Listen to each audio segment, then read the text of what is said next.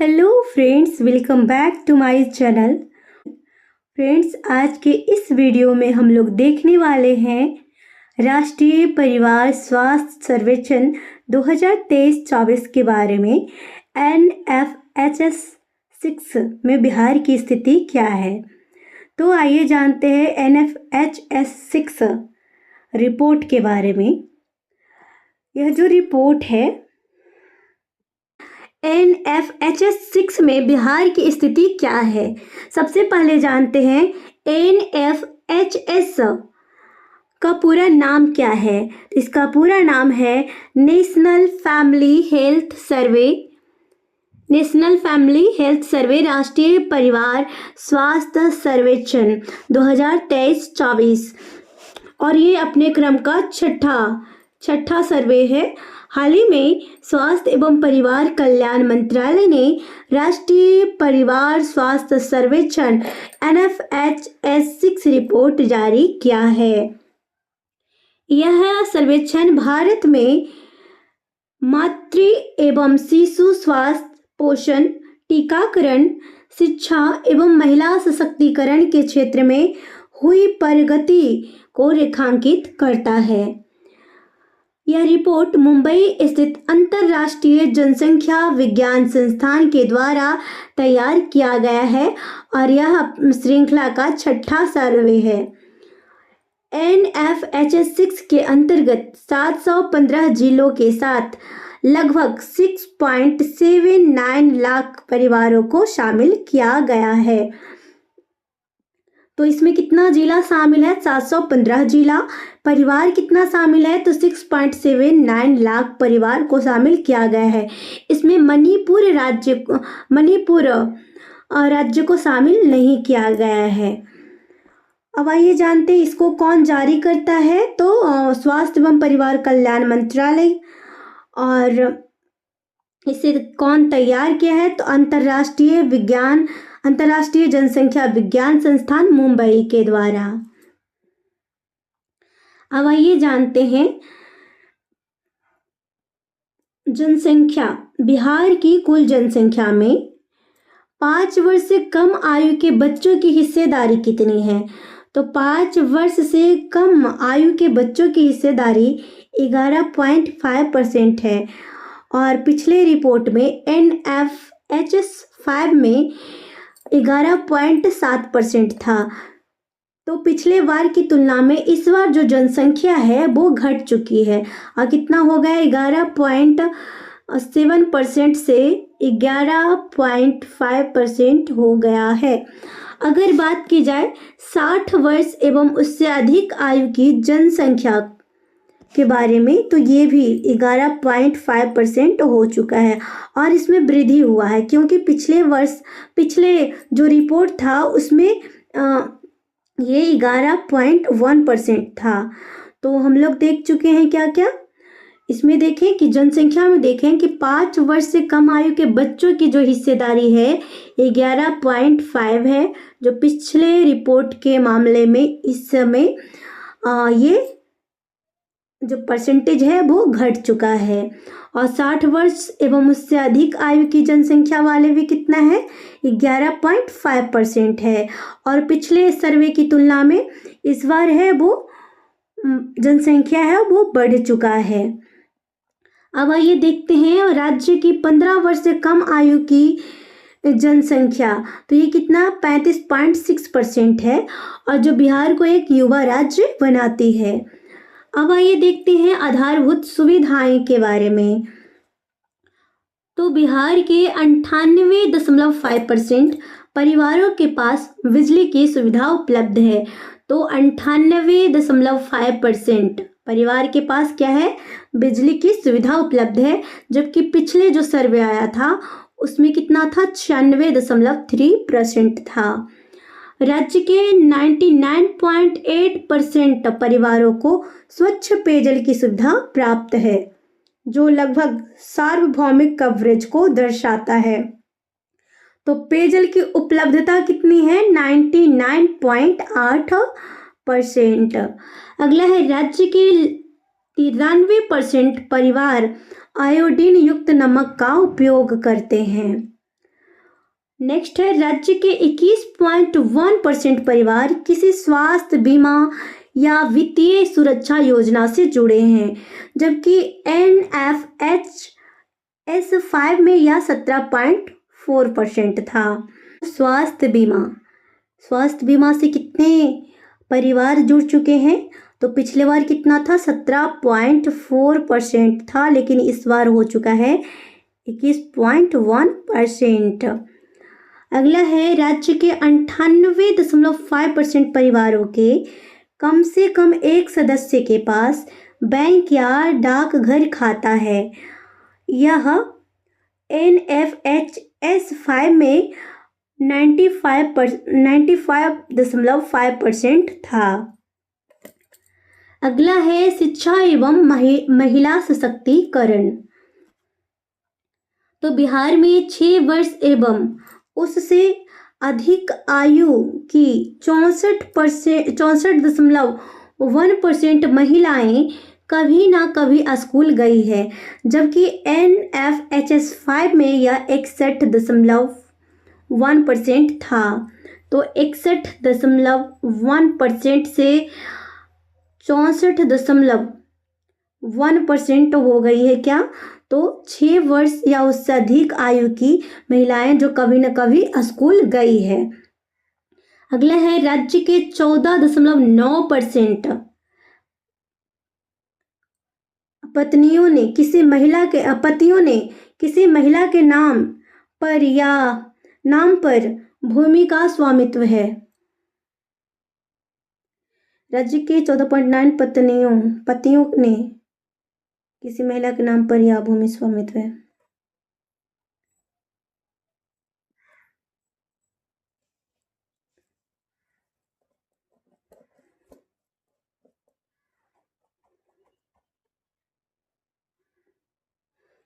अगला है राज्य के 14.9% महिलाओं के पास भूमि का स्वामित्व है और NFH5 के अनुसार यह 10.6% से अधिक है। नेक्स्ट है राज्य के 2 से 4 वर्ष आयु वर्ग के 42.9% बच्चे पूर्व विद्यालय शिक्षा प्राप्त कर रहे हैं, जबकि यह पिछले सर्वे के अनुसार 36% था। अब आइए जानते हैं मातृ स्वास्थ्य के बारे में। पिछले 5 वर्षों में बिहार में जन्मे बच्चों की माताओं में से 69.9% प्रसव के 2 दिन के भीतर प्रसवोत्तर देखभाल प्राप्त हुई है, जबकि यह पिछले रिपोर्ट में 59.3% थी।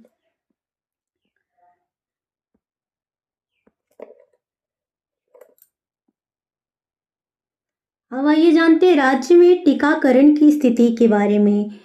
तो 12 से 23 माह आयु वर्ग के 77.3% बच्चे पूर्णतः टीकाकृत हैं, जबकि NFH5 में यह 71% था। तो टीकाकरण के मामले में पिछले बार 71% था, जबकि इस बार कितना हो चुका है? 77.3%।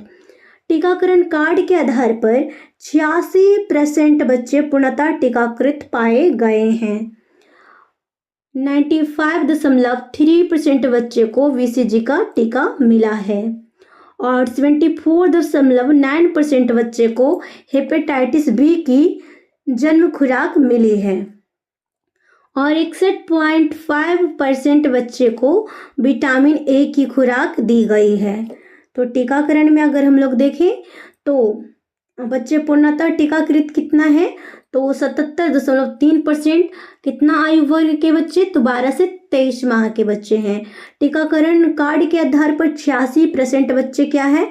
पूर्णतः टीकाकृत पाए गए हैं। BCG का टीका 95.3% बच्चे को मिला है, जबकि हेपेटाइटिस बी की जो खुराक है 74.9% बच्चों को दिया गया है और विटामिन ए की खुराक 61.5% बच्चों को प्राप्त हुआ है। अब आइए जानते हैं बच्चों का पोषण। तो राज्य के 6 से 23 माह आयु वर्ग के केवल 11.9% बच्चे न्यूनतम स्वीकार्य आहार प्राप्त करते हैं, मिनिमम एक्सेप्टेबल डाइट प्राप्त करते हैं, और स्तनपान करने वाले बच्चों में यह अनुपात लगभग 12% है। बच्चों में कुपोषण। राज्य में 35.6% बच्चे बौनापन से प्रभावित हैं। तो बौनापन से 35.6% बच्चे क्या हैं, प्रभावित हैं, जबकि 19% बच्चे दुबलापन से प्रभावित हैं, और राज्य के 4.7% बच्चे गंभीर दुबलापन के शिकार हैं। तो 19% जो बच्चे हैं वो दुबलापन के शिकार हैं, जबकि गंभीर दुबलापन के शिकार 4.7% बच्चे हैं, और राज्य के केवल 0.8% बच्चे अधिक वजन के हैं। तो ओवरवेट वाले बच्चे का प्रतिशत कितना है, 0.8%, बहुत ही कम है। अब देखते हैं राज्य में वयस्कों की पोषण स्थिति क्या है। तो 15 से 49 वर्ष की 26.3% महिलाएं कम वजन के हैं। तो कितनी महिलाएं हैं जो कम वजन की हैं, 26.3% महिलाएं, जबकि थोड़ा सा कम है वो 24.5% पुरुष हैं, ये कम वजन के हैं। तो पुरुष से ज़्यादा महिलाएं हैं जो कम वजन की हैं, और 19.8% महिलाएं अधिक वजन की हैं, और 19.4% पुरुष हैं वो अधिक वजन के हैं। तो थोड़ा सा का डिफरेंस है। अधिक वजन में भी महिलाओं का जो प्रतिशत है वो अधिक है, 19.8%, जबकि पुरुषों का 19.4% है। अब आइए देखते हैं राज्य में गैर संचारी रोग की स्थिति। तो मधुमेह के बारे में देखते हैं। 13.1% महिलाएं मधुमेह से प्रभावित है, और पुरुष में कितना है, तो 17.3% पुरुष मधुमेह से प्रभावित हैं। महिलाएं 13.1% और पुरुष 17.3% मधुमेह अर्थात डायबिटीज से प्रभावित हैं। अगला है उच्च रक्तचाप, हाइपरटेंशन। तो 14.1% महिलाएं हाइपरटेंशन से पीड़ित है, जबकि पुरुष हैं वो 17.8% हाइपरटेंशन के शिकार हैं। अगला है राज्य में महिला सशक्तिकरण की स्थिति। तो 85.1% महिलाएं घरेलू निर्णय लेने में भागीदारी करती है। ये रिपोर्ट बता रहा है कि जो महिलाएं हैं वो घरेलू निर्णय लेने में 85.1% महिलाएं क्या करती है, घरेलू निर्णय लेने में भागीदारी करती है। 90.9% महिलाएं स्वयं का बैंक अकाउंट रखती है, जिसका वे स्वयं इस्तेमाल करती है। तो कितनी महिलाओं के पास बैंक अकाउंट है, 90.9% महिलाओं के पास, और 62.8% महिलाएं स्वयं मोबाइल फोन का उपयोग करती है, जो पिछले सर्वे के अनुसार 51.4% था। तो फ्रेंड्स आज के लिए इतना ही। Thank you.